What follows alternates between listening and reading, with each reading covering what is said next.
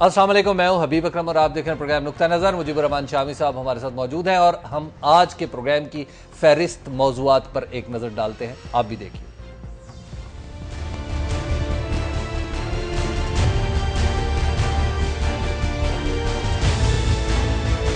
कायम मुकाम स्पीकर मतीउल्लाह आगा की सदारत में बलोचिस्तान असम्बली का इजलास जारी।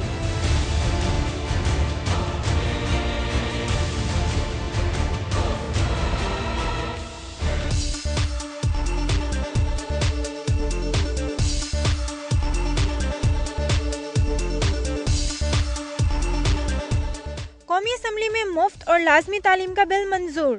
आईने पाकिस्तान के तहत 5 से 16 साल तक की उम्र के तमाम बच्चों को मुफ्त तालीम देना रियासत की जिम्मेदारी है।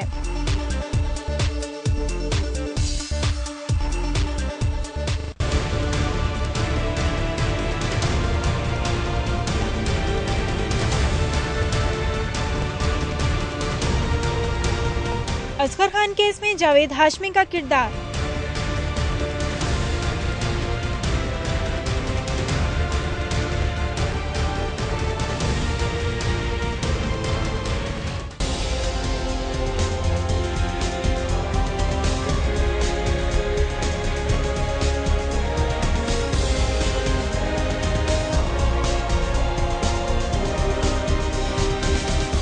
का हिस्सा नहीं रहना चाहते।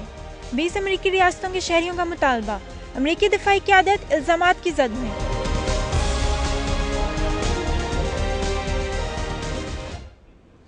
नुक्ता नज़र में एक बार फिर खुशामदीद। शाम साहब, बलोचिस्तान में अब असम्बली का इजलास तो शुरू हो गया है, तो वो जो क्राइसिस था हम कहें कि ख़त्म हो गया, वो जो कॉन्स्टिट्यूशनल क्राइसिस एक पैदा हुआ था। देखिए, क्राइसिस तो कोई पैदा ही नहीं हुआ था। अच्छा, कॉन्स्टिट्यूशनल आपके ख्याल में वो क्राइसिस ही नहीं था? नहीं, वो तो एक, आप देखिए, कुछ क्राइसिस किस्म की चीज थी। अच्छा, क्योंकि या तो अरकान बगावत कर देते उनके खिलाफ, ठीक है, असलम रईसानी के खिलाफ, वो उन्होंने नहीं की। कोई नो कॉन्फिडेंस मोशन मूव होती, वो भी नहीं हुई। दुरुस्त। गवर्नर राज लगाने का अंदिया दे देती वफाकी हुकूमत, वो भी नहीं हुआ। गवर्नर राज लगने का इम्कान होता, यानी गवर्नर साहब उनके खिलाफ रिपोर्ट भेज देते, वो भी नहीं हुआ। तो जो हुआ वो तो ये हुआ कि सुप्रीम कोर्ट ने अपने फैसले में ये करार दे दिया कि बलूचिस्तान की हुकूमत आईनी तरीके पर काम नहीं कर रही। ये सुप्रीम कोर्ट ने कहा है? ये सुप्रीम कोर्ट ने कहा है जी। गोया वहां से एक फतवा जारी हुआ है। एग्जैक्टली। और फतवा जो होता है, अभी आजकल तो फिका विक्टोरिया का दौर है ना जी, तो फिका जो ये फतवे हैं वो तो फिका हनफिया के तहत, फिका जाफरिया के तहत, फिका शाफिया के तहत जारी होते हैं ना। बिल्कुल। तो फतवा जो है, जो मान ले उसका भी भला और जो ना माने उसका भी भला। यानी सुप्रीम कोर्ट ने एक ऑब्जर्वेशन दी है, ये हुक्म नहीं था? भाई, हम उस तरह की दुनिया में नहीं रहते जहां सुप्रीम कोर्ट की ऑब्जर्वेशंस को हुक्म समझे। यहां तो हुक्म को ऑब्जर्वेशन समझा जाता है। ठीक। तो इसलिए ये तवक्को रखनी कि सुप्रीम कोर्ट अगर कोई इशारा करे तो असलम रईसानी साहब या वफाकी हुकूमत के सरबराह जी अपना जनाब सर वहां इंसाफ के कदमों में रख देंगे, ये तो बहुत मुश्किल बात है। तो फिर वो जो असलम बोहतानी ने, यानी गवर्नर ने इजलास बुलाया, असलम बोहतानी ने कैंसिल किया। जाए, ये असलम बोहतानी साहब थे स्पीकर जी, और इनकी चपकलश है, ठीक है, जनाब असलम रईसानी से। क्योंकि वहां कोई एक पार्टी मुनज़बित तौर पर तो इलेक्शन में कामयाब होकर नहीं आई थी ना। ये तो अक्सर लोग मुस्लिम लीग काफ के थे। उन्होंने जब देखा इख्तदार जो है वफाकी वो मुंतकिल हो रहा है पीपल्स पार्टी को, तो उन्होंने अपना ईमान भी उसके सुपुर्द कर दिया। ठीक है। तो असलम रईसानी साहब मुंतखब हो गए। अब ये भूतानी साहब भी चाहते थे कि वो मुंतखब हो, इनके हिस्से में स्पीकरशिप आ गई। तो दिल में तो उस वक्त से कुछ ना कुछ रखते थे ना। जी बिल्कुल। और उधर जो हमारे जुल्फकार मक्सी साहब है, जी जुल्फकार मक्सी वो साहब गवर्नर है, उनका अपना कल्ला ठल्ला है। बिल्कुल। और वो सूबे की क़यादत करना चाहते थे, उनकी कुछ सुनता नहीं था। वैसे वो नौजवान है, जरा पुरजोश किस्म के। अब हुआ ये कि जब सुप्रीम कोर्ट का हुक्म आ गया, या ऑब्जर्वेशन आ गई, या हदायत आ गई, या फतवा आ गया जी, तो असलम भूतानी साहब को रईसानी साहब ने कहा कि आप असम्बली का इजलास बुलाएं। ठीक है। रईसानी साहब अपनी पूरी काबीना के साथ, इत्तेहादियों के साथ सुप्रीम कोर्ट में भी दाखिल हुए थे, पेश हुए थे। पेश हुए थे जी। पेशे खुदा चला हूं, फरिश्ते हैं साथ साथ, सागर लिए हुए कोई मीना लिए हुए। बहुत तो इत्तेहादी साहब उन्होंने कहा अगर वहां क्या करेंगे आप, पूछा गया, उन्होंने कहा अगर मुझसे को पूछेगा तो मैं जवाब दूंगा, नहीं पूछेगा तो चुप रहूंगा। और वो चुप रहे। और चुप रहे। अब उन्होंने असेंबली का इजलास बुला लिया, वफाकी हुकूमत को नोटिस ले लिया। अब जुल्फकार मक्सी साहब जो गवर्नर थे, उन्होंने कहा मैं किस मुश्किल में पड़ गए, वो चुपके से छुट्टी पे चले गए और बैरून मुल्क। गवर्नर हाउस असलम भुतानी के पास, और असलम भुतानी साहब स्पीकर थे, वो कायम मुकाम गवर्नर हो गए। तो गवर्नर तो वो बन गए, लेकिन स्पीकर जो है उसकी कुर्सी पर उनके मोतीउल्लाह साहब बैठ गए, डिप्टी स्पीकर। अब वो कह रहे हैं गवर्नर साहब जो कहते हैं कि इजलास उन्होंने बुलाया वो मनसूख कर दिया, ठीक है कर दिया। तो अब दस्तूर की एक दफा के तहत जो अरकान असम्बली को भी इजाजत है कि वो भी इजलास बुला सकते हैं, वो रिक्वेजिशन दे सकते हैं। उन्होंने 19 सरकार ने रिक्वेजिशन दे दी कि इजलास बुलाया जाए, और इजलास हो गया। शामी साहब अब सुन लीजिए, अब सुन लीजिए जी। अब मैं खबर सुन रहा था कि हमारे टेलीविजन पे भी बड़े लतीफे होते हैं। एक हमारे कोई रिपोर्टर साहब फरमा रहे थे, देखिए ये तो वज़रा हैं और अरकान असम्बली ये रिक्वेजिशन दे सकते हैं, वज़रा नहीं दे सकते। और भाई बंदा खुदा, वो वज़रा अरकान असम्बली भी तो है ना। बिल्कुल। तो अरकान असम्बली, उन्होंने अरकान असम्बली की उनकी हैसियत जो है वो तो बरकरार है, और बलूचिस्तान में तो सबके और सब ही हैं। सबके सब है। तो फिर तो ये बाकी तो ये लतीफे होते रहते हैं किल्लत इल्म की बुनियाद पर। लेकिन बहरहाल अब वो इजलास हो गया और वहाँ जनाब तकरीरें हो रही हैं, रईस सानी साहब के लिए एतमाद का इजहार किया जा रहा है, करारदाद पेश हो चुकी है, और ये सूबाई असम्बली जो है वो तो एक दफ़ा उनके हक में फिर हाथ खड़े कर देगी। बिल्कुल। लेकिन शामी साहब, इस सारे सिनेरियो में नो डाउट पॉलिटिकली हम देखते हैं कि पीपल्स पार्टी और असलम रईसानी कामयाब हो गए इस सारी मुसीबत से निकलने में। लेकिन क्या मुसीबत क्या थी? नहीं, एक जो वो तो पहले भी एक उनका प्रेशर एतमाद था। हासिल था। हाँ। अब दोबारा एतमाद हासिल हो गया। अदालती फैसले के बाद प्रेशर आया, उससे तो निकल गए। अदालती फैसला कहेंगे इसको, पहले तो अभी ऑब्जर्वेशन कह रहे थे, अभी फतवा कह रहे। क्या यार कुछ था ये इस किस्म का, मतलब अदालत ने जो कहा उसके प्रेशर अदालत से ने निकल क्या कहा, जो कुछ कहने का उसको इख्तियार नहीं था वो कह दिया। अच्छा, तो लेकिन हम देखते हैं कि ऑन ग्राउंड तो सिचुएशन इंप्रूव नहीं हुई ना। देखिए अमनो अमान की सूरत हाल तो वहीं की वहीं सुन ले कि ये पहले जो 58(2) भी मौजूद थी ना जी, उस वक्त जब गवर्नर रिपोर्ट करता था, और गवर्नर वफाकी हुकूमत का नुमाइंदा होता, वफाकी हुकूमत इशारा करती वो रिपोर्ट कर देता, तो प्रेसिडेंट साहब वो उसको असम्बली को तहलील कर सकते थे। ठीक है। गवर्नर साहब उनकी शह पाकर ये काम कर सकते थे। अब तो वो तो है ही नहीं, हिस्सा ही नहीं है। बिल्कुल ठीक। अब तो असम्बली जो है अदम एतमाद करे तो वजीर आला घर जाएगा, या वफाकी हुकूमत को रिपोर्ट कर दे गवर्नर तो वजीर आला घर जाएगा। अब सुप्रीम कोर्ट ने जो ये कहा है, इसके नतीजे में वजीर आला घर नहीं जा सकता। ये तो तब जाता अगर वफाकी हुकूमत उस इशारे को बसरो चश्म तस्लीम कर लेती। गोया फिर अब बलूचिस्तान के हालात की जिम्मेदारी का तयन किसी पर नहीं हो सकता, उसी पर होगा जो हुकूमत पे काम कर रहा है, असलम रईसानी वही जिम्मेदार है। पाकिस्तान के अवाम ने उस ही को यह हक दिया है कि वो हुकूमत करे जब तक उसे असम्बली के अरकान का एतमाद हासिल है। ठीक है। और अगर उसके खिलाफ कार्रवाई करनी है तो वफाकी हुकूमत करे गवर्नर की रिपोर्ट पर या खुद। लेकिन इस सारे सिनेरियो से तो यूं लग रहा है कि जैसे बलूचिस्तान में जितनी एक्सरसाइज की थी सुप्रीम कोर्ट ने, उसका अंजाम कुछ भी नहीं। ये एक्सरसाइज जो होती है ना जी, ये भी एज के मुताबिक होती है और कद के मुताबिक होती है। हाँ। अब देखिए मुझे डॉक्टर कहते हैं कि भाई आप जरा ज्यादा एक्सरसाइज ना किया करें, आपकी एक्सरसाइज तो ये थोड़ा सा जॉगिंग ना करें, जरा वॉकिंग करें बस। ठीक। और आपको कहेंगे कि जनाब आप तो दंड निकालें। तो अब ये है कि एक्सरसाइज भी जरा देखभाल के होनी चाहिए।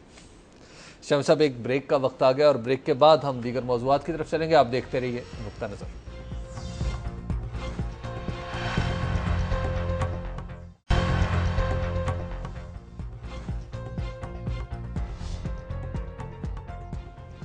नुक्ता नज़र में एक बार फिर खुश आमदीद। शामी साहब, अब बलूचिस्तान के एपिसोड से ये साबित हो गया कि आइंदा अदलिया सूबे में जाए या कभी अमन अमान का मसला उठाए तो उसको भारी पत्थर चूम के रख दे, बस कोई फैसला ऑब्जर्वेशन ना दे। नहीं, उसको ऑब्जर्वेशन जरूर देनी चाहिए और फैसले भी देने चाहिए, लेकिन स्पेसिफिक फैसले देने चाहिए। ठीक है। जो इकदाम जरूरी हों। मसलन वहाँ ए एरिया जो सारा है वो ख़त्म कर दिया गया, बी एरिया नहीं, लेवीज के सपोर्ट कर दिया गया सारा मामला, पुलिस को बेदखल कर दिया गया। अदालत ये हुक्म दे सकती है कि भाई पुलिस सिस्टम जो है बहाल करो पूरे सूबे में, और इस तरह के इकदाम। ठीक है।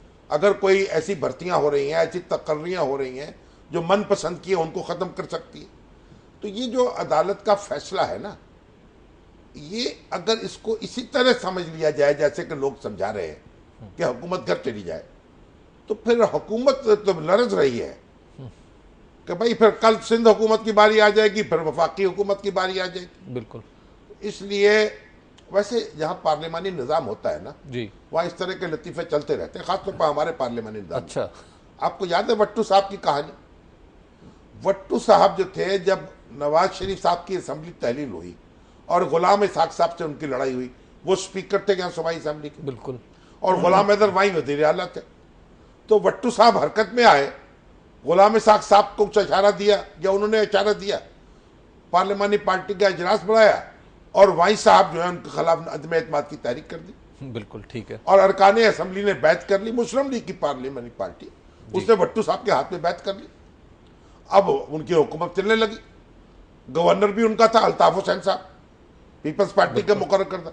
अब जो नवाज शरीफ साहब बहाल हुए तो ये भट्टू साहब जो है, इनके जो अंडे हैं वो भी इधर उधर, चूजे जो थे, चूजे अंडों से चूजे निकल आए थे, वो भी चू चू चू चू करके उधर जाने लगे नवाज शरीफ साहब की तरफ।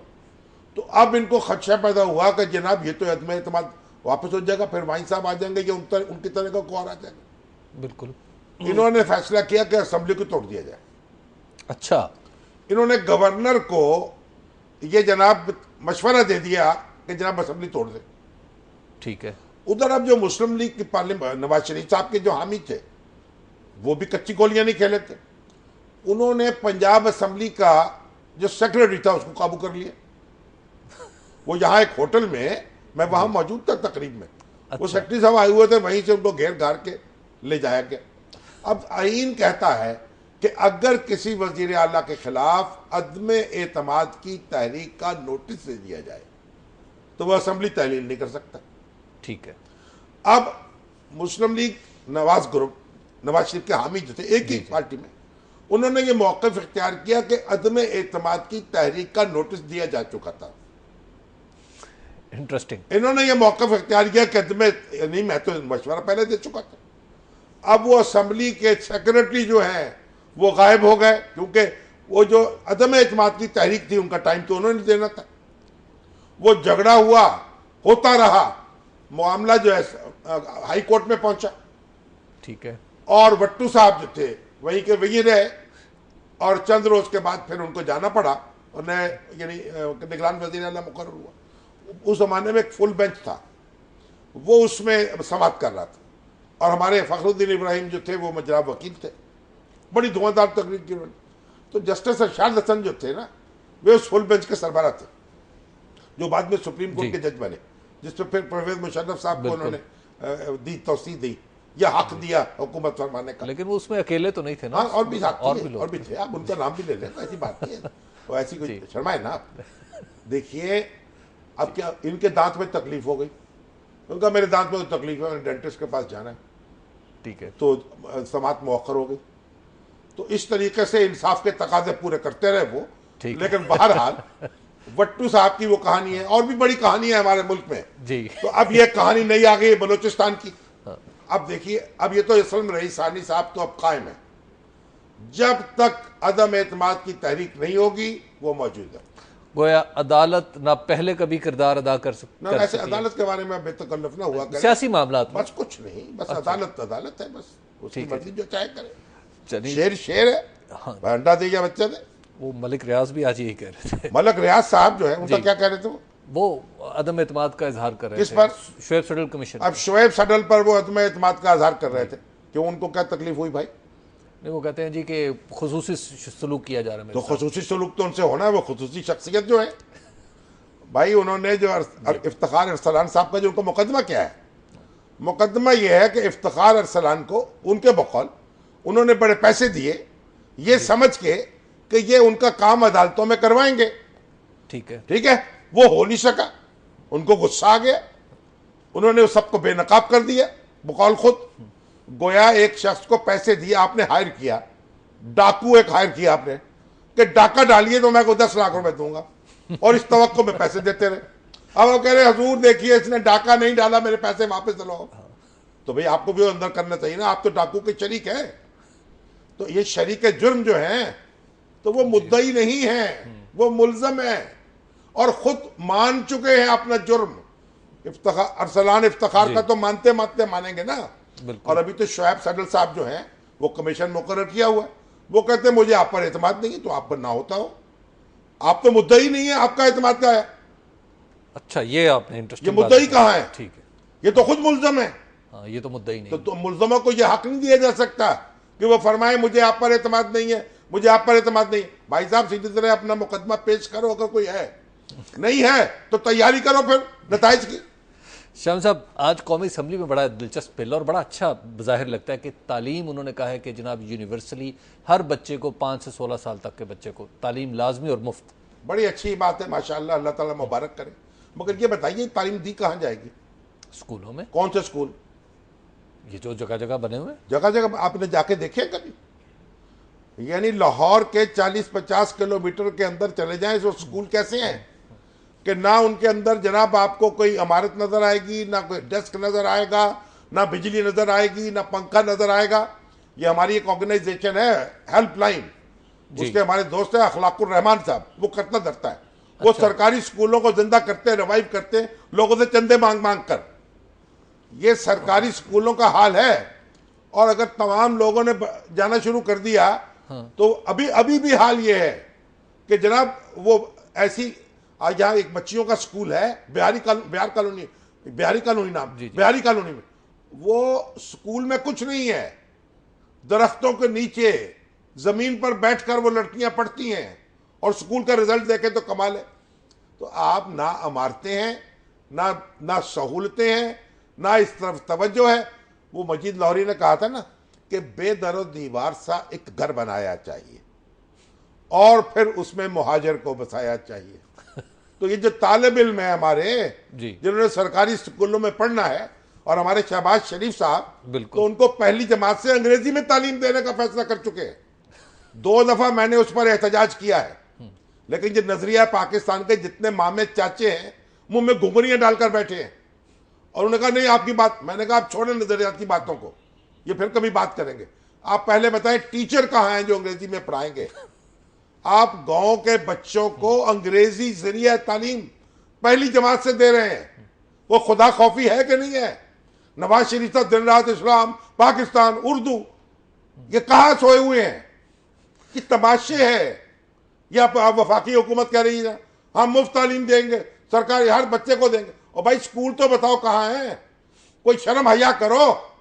अपनी कोठियों की फिक्र है, इमारतों की फिक्र है, स्कूलों की फिक्र नहीं है, बच्चों की फिक्र नहीं है। तो गोया ये इनइफेक्टिव से एक ये तमाशे हैं जो लगाए जाते हैं। वैसे आए कभी जरदारी साहब हो या राजा साहब आए, मैं उनको दिखाऊं, और शहबाज शरीफ साहब आए तो उनको भी दिखाऊं। दानिश स्कूल लाहौर के इर्द गिर्द देखे क्या स्कूलों का हाल है।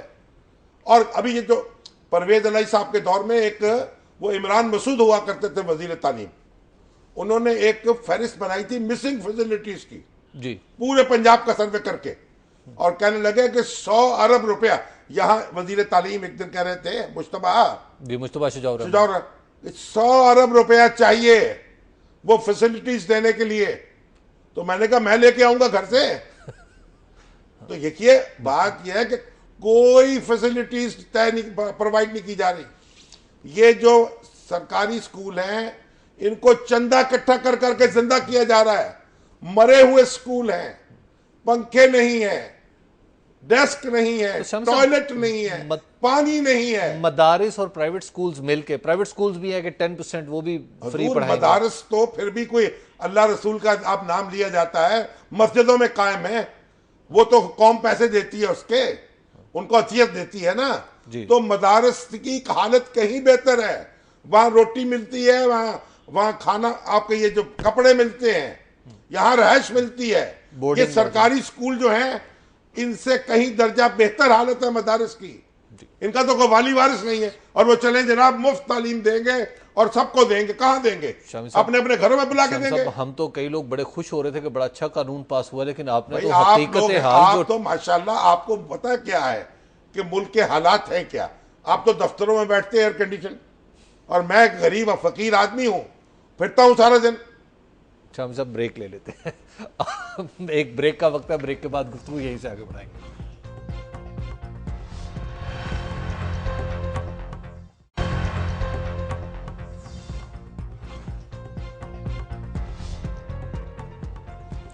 नुक्ता नज़र में एक बार फिर खुशामदीद।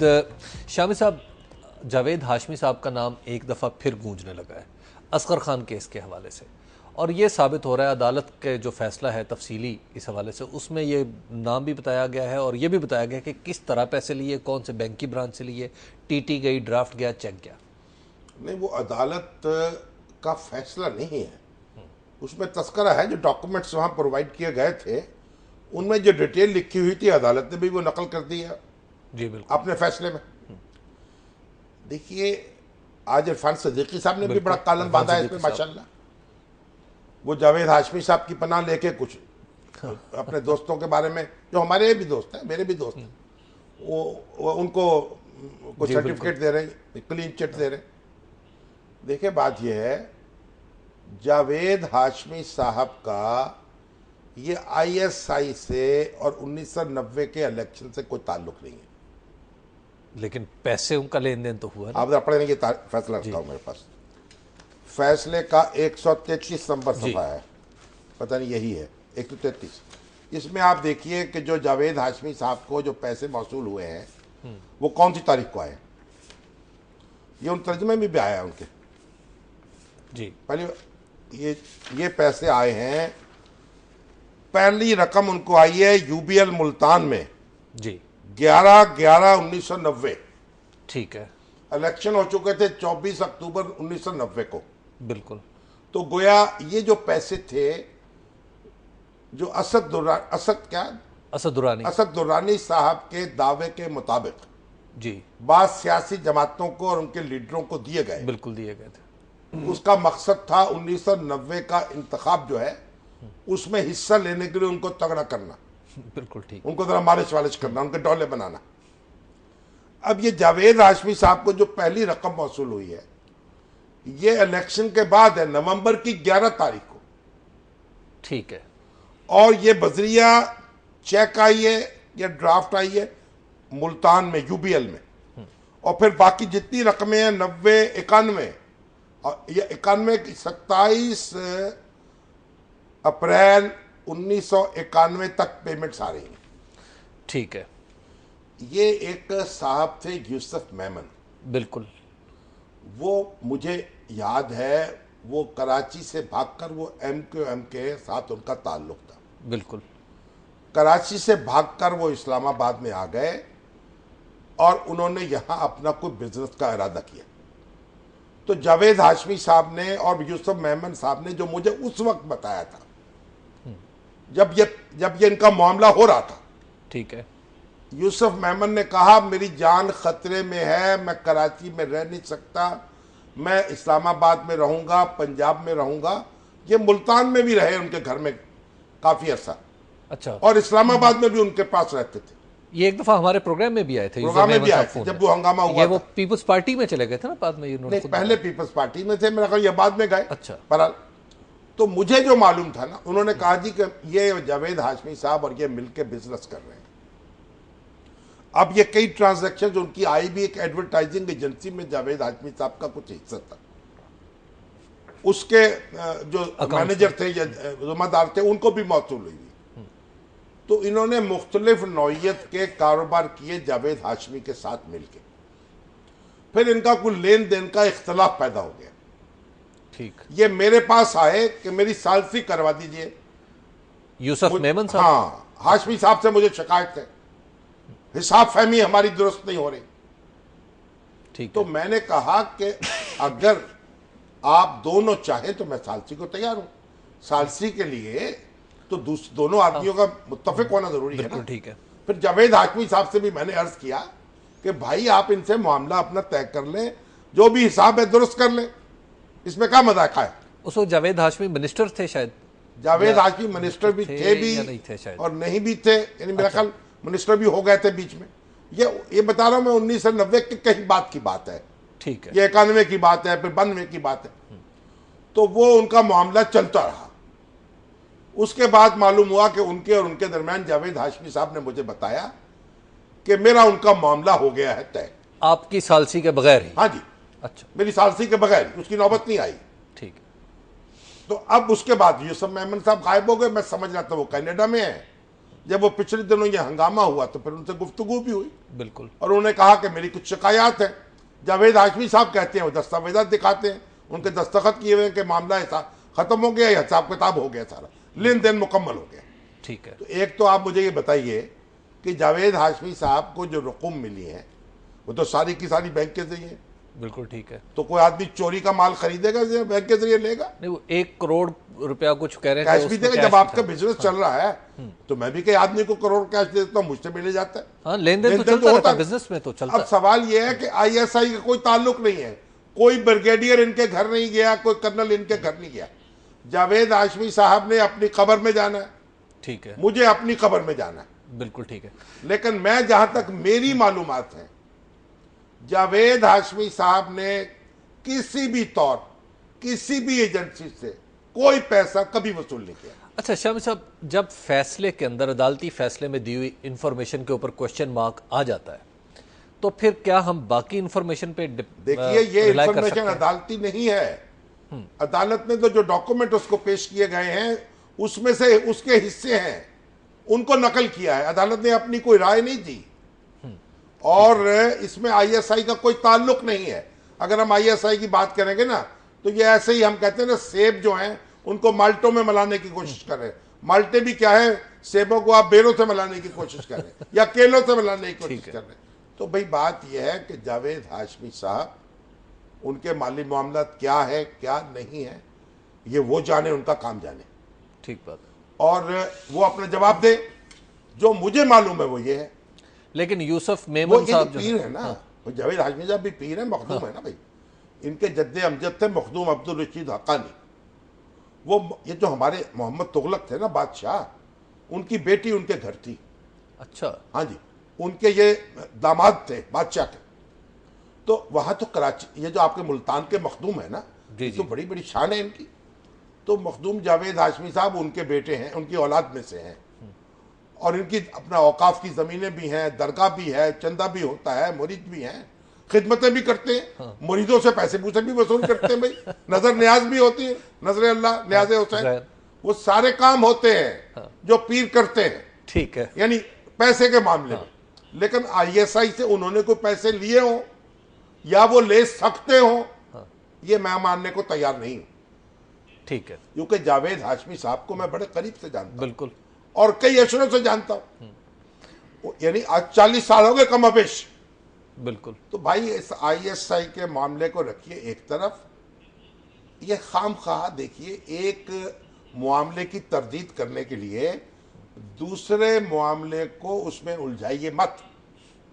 हमारे जितने दोस्त हैं उनकी जावेद हाशमी साहब से जो भी मखासमत हो, मुखालफत हो, उन पे गुस्सा हो, वो शौक से निकाले, लेकिन जरा और तरीके से निकाले। हाँ, और भी कई रास्ते, और भी कई रास्ते हैं।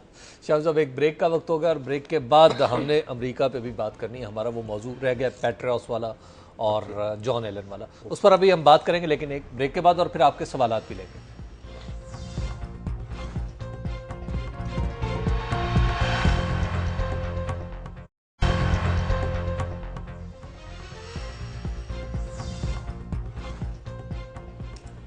नुक्ता नज़र में एक बार फिर खुशामदीद। शामी साहब, अमेरिका में 20 रियासतों के लोग कहते हैं कि जनाब आप हमें तो अलग कर दें, हम यूनाइटेड स्टेट्स ऑफ अमेरिका में नहीं रहना चाहते। हाँ, ये भी बड़ी दिलचस्प बात है, लेकिन बहुत थोड़े से लोग हैं जिन्होंने ये दरख्वास्त पेश की है। हाँ। जिसको हमने बना दिया अमेरिकी मुतालबा बना दिया है। मगर इस पर भी और पैट्रियास पर भी हम कल गुफ्तगू करेंगे। अच्छा, मुझे अभी अभी एक हमारे जो कानूनदान दोस्त हैं उनका मैसेज आया है और वो बात बड़ी अहम है, उस पर हम गुफ्तगू कर लें। वो क्या बात है? एक तो बात यह है कि रावलपिंडी हाई कोर्ट बार में एक करारदाद मूव की गई है army chief general Ishfaq Parvez Kayani का जो बयान है उसकी मजम्मत करने के लिए। अच्छा, वो जो उन्होंने कहा था कि तमाम इदारे अपनी हदूद में अपनी हदूद में रहें। और दूसरी बात ये बड़ी अहम हुई है कि आज एक दरखास्त दायर हुई है इस्लामाबाद हाई कोर्ट में कि जनरल कियानी की जो एक्सटेंशन हुई थी उसका जायजा लिया जाए, वो दुरुस्त हुई थी कि नहीं हुई थी। ये तो तबले जंग बजने वाली बात और उसको भी उन्होंने नोटिस जारी कर दिया है डिवीजन बेंच ने। अब ये मुझे अभी एक इत्तला आई है, अब मैं मुझे ये नहीं मालूम कि किस हद तक ये बात जो है उसी तरह है जिस तरह बयान की गई है, लेकिन मुझे इत्तला देने वाले बड़े जिम्मेदार कानूनदान हैं, तो मैं नहीं समझता कि इसमें कोई झोल होगा। लेकिन शामी साहब, बात यह है कि ये तो सीधा सीधा फिर ऐलान जंग टाइप नुमा नहीं। बात यह है कि पाकिस्तान की जो मुसल्लह अफवाज हैं जी और पाकिस्तान की जो अदलिया है, दोनों का मुझे बड़ा एहतराम है। और अदलिया और फौज के दरमियान इस तरह की सूरत हाल नहीं होनी चाहिए। जो हमारे कानूनदान दोस्त ये काम कर रहे हैं, कोई रेजोल्यूशंस लेके आ रहे हैं, उनको भी मैं बसत अदब अर्ज करूँगा कि वो इस पर असर नौ गौर कर लें, इसके नताइज देख लें और इसमें इसके से जो नुकसान पहुंचेगा फेडरेशन को वो देख लें। तो बाकी तो उनकी मर्जी है, हर शख्स अपनी मर्जी का के लिए आज़ाद है। देखिए, अगर वकील हजरात और हमारे जज हजरात आज़ाद हैं तो हमारी जो अफवाज पाकिस्तान क्यों आज़ाद नहीं है? वो भी आज़ाद है, उनको भी अपना नुक्ता नज़र जाहिर करने का हक है। और कियानी साहब ने एक बड़ी दिलचस्प बात कही है कि किसी एक अदारे को यह हक हासिल नहीं है कि वो कौमी मुफाद का फैसला करे। अब हम जब भी गुफ्तगू करते हैं वो ये कहते हैं कि फौज को यह हक हासिल नहीं होना चाहिए और कहते हैं फौज ये तय करती है कौमी मुफाद क्या है। तो इसका मतलब है कि कोई एक अदारा तय करता है। तो अगर हमारी बात दुरुस्त है तो फिर कियानी साहब तो कह रहे हैं किसी एक अदारे को यह हक नहीं होना चाहिए, यानी खुद उनको भी। ये तो आप कहेंगे खुद अपने आप को मुखातिब कर रहे हैं। ठीक है ना, किसी एक अदारे का काम भी नहीं है ये। फैसला कुन हैसियत तो पार्लियामेंट को है, लेकिन मुशावरत और इनपुट तो सबकी होगी ना। बहरहाल पाकिस्तान में बहुत कुछ हो चुका है, हम बहुत कुछ देख चुके हैं। आर्मी चीफ के पैगामात भी देख चुके हैं अदालतों के नाम। आपको पता जुनेजर साहब बहाल नहीं हुए थे, बिल्कुल। और फिर जो उनके बारे में रिमार्क्स आए, बल्कि हुक्म में लिख दिया गया, वो भी देख चुके हैं। उनके वावेले भी देख चुके हैं। तो हमें तो यानी एक अगर आप समझे कि सुप्रीम कोर्ट या अफवाज पाकिस्तान दोनों माजी में तो दोनों से शिकायत रही है ना हमें, बिल्कुल रही, उनके सियासी किरदार से और इनके भी सियासी किरदार, क्योंकि जस्टिस मुनीर ने जो फैसला किया वो सियासी किरदार अदा किया था ना गुलाम मोहम्मद के हक में। ये जो हार्डनिंग पोजीशंस हैं दोनों की, बस ये देखिए है बेहतरी का। मेरी राय तो यही है कि एक जैसे कहा ना, हो हल्का यारान तो बरेशम की तरह नर्म और उसमें हक बातिल हो तो फौलाद है मोमिन।